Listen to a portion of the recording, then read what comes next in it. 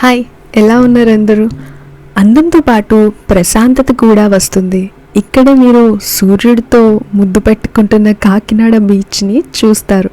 15 కిలోమీటర్ల పొడవైన తీరం మృదువైన తెల్లటి అలలతో ప్రకాశిస్తుంది. దాని సహజమైన అందంపై ప్రతి ప్రయాణికుడి దృష్టి ఆకర్షిస్తుంది. నగరం యొక్క మూనోటిని నుండి దూరంగా వెళ్ళాలని కోరుకునే వారందరూ విశాలమైన సముద్రపు అడుగు భాగం సరైన ప్రదేశం.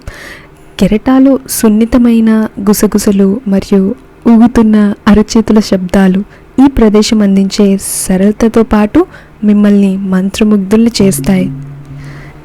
అదేనండి, మన కాకినాడ బీచ్ గురించి మాట్లాడుతున్నాను. ఎంత చెప్పుకున్నా తక్కువే కదా. అసలు ఎంత ప్రశాంతంగా ఉంటుంది. ఈవినింగ్ ఒకసారి అలా వెళ్ళి మన బీచ్ని చూస్తే చాలా లక్కీ కదా మనం. ఇట్లాంటి మంచి కాకినాడ జిల్లాలో పుట్టినందుకు.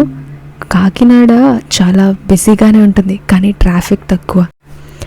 కాకినాడ బ్రతకడానికి ఒక పర్ఫెక్ట్ సిటీ అండి. ఇక్కడ ట్రాఫిక్ ఎక్కువ ఉన్నా సరే అంత ఇరుగ్గా అనిపించదు. ఇక్కడ సముద్రం ఉంది, మాల్ ఉంది, మెయిన్ రోడ్ ఉంది. మనకి లేనివి దొరకనివి అంటూ ఏమీ లేవు. ఇక ఇప్పుడు వచ్చిన షాపింగ్ మాల్స్ అయితే అన్ని నీడ్స్ని కంప్లీట్గా తెరుస్తున్నాయి. సో వేరే ప్రదేశంకి వెళ్ళి ఏదైనా పర్చేస్ చేయాలి, ఇది లేదు కాకినాడలో అంటూ లేదు. ప్రతి ఒక్కటి A to Z అయితే ఇక్కడ సమకూర్చారు. సో ఎవరైనా సముద్ర తీరాన ఉన్న ఒక అందమైన నగరం ప్రశాంతంగా బతకడానికి సజెస్ట్ చేయమనంటే నేనైతే కాకినాడనే అంటాను. మీకు తెలుసా, కాకినాడ పోర్ట్ను దేశంలో అత్యంత సురక్షితమైన పోర్ట్గా చెప్తారు. ప్రశాంతత, వాతావరణం, ఆహ్లాదాన్ని పంచే సాగర తీరం, ప్రకృతి అందాలు మేళవింపుతో కాకినాడ పెన్షనర్స్ ప్యారడైజ్గాను పిలువబడుతుంది.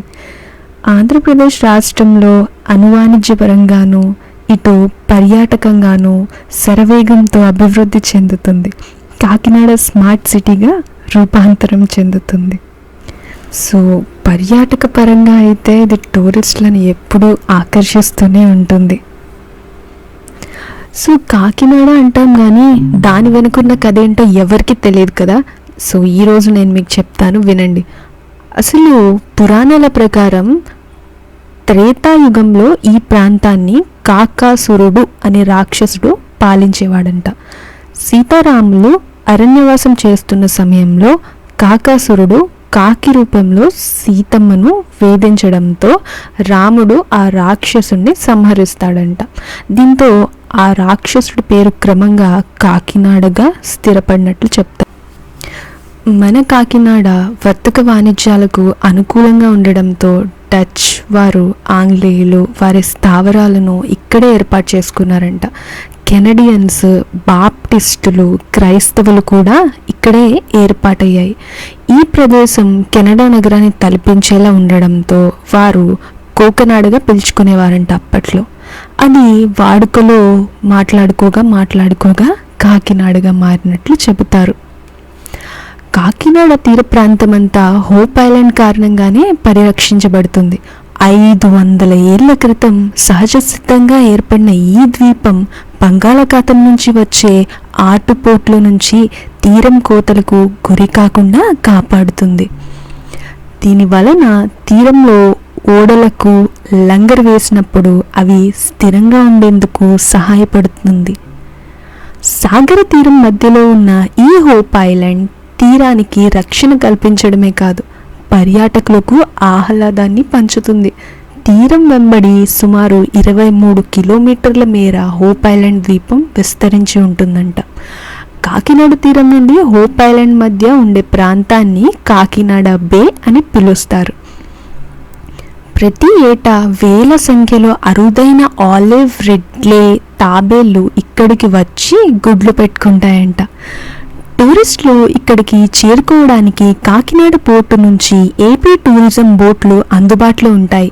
వీటికి టికెట్ ధర 200 నుంచి 250 మధ్య ఉంటుంది. కనీసం 10 మంది ప్రయాణికులు వచ్చిన తరువాత మాత్రమే బోట్ని తీస్తారు. సముద్రంలో 6 కిలోమీటర్ల ప్రయాణం తర్వాత పర్యాటకులకు హోప్ ఐలాండ్ కనబడుతుంది. ఈ ద్వీపానికి చేరుకునే సముద్ర ప్రయాణం మంచి అనుభూతిని పంచుతుంది. హోప్ ఐలాండ్లో బోటు సుమారు గంట సేపు ఆగుతుంది. ఈలోపు అక్కడ ఏర్పాటు చేసిన హోటళ్లలో కాసేపు సేద తీరి చుట్టుపక్కల తిరిగి రావచ్చు. అక్కడ ఎటువంటి ఆహార పదార్థాలు దొరకవు కాబట్టి మనకు కావలసిన తినుబండారాలను మనమే తీసుకెళ్ళాలి. ఉప్పాడ బీచ్ కాకినాడలో ప్రధాన పర్యాటక ఆకర్షణల్లో ఉప్పాడ బీచ్ ఒకటి. కాకినాడకు 5 కిలోమీటర్ల దూరంలో ఉండే ఈ బీచ్కు స్థానికులతో పాటు ఇతర ప్రాంతాల నుంచి పర్యాటకులు అధిక సంఖ్యలో వస్తుంటారు. దీన్ని పాండవుల మెట్ట అని కూడా అంటారంట తెలుసా. కాకినాడ నుంచి 16 కిలోమీటర్ల దూరంలో పెద్దాపురం వద్దిన పాండవుల మెట్ట ఉంది.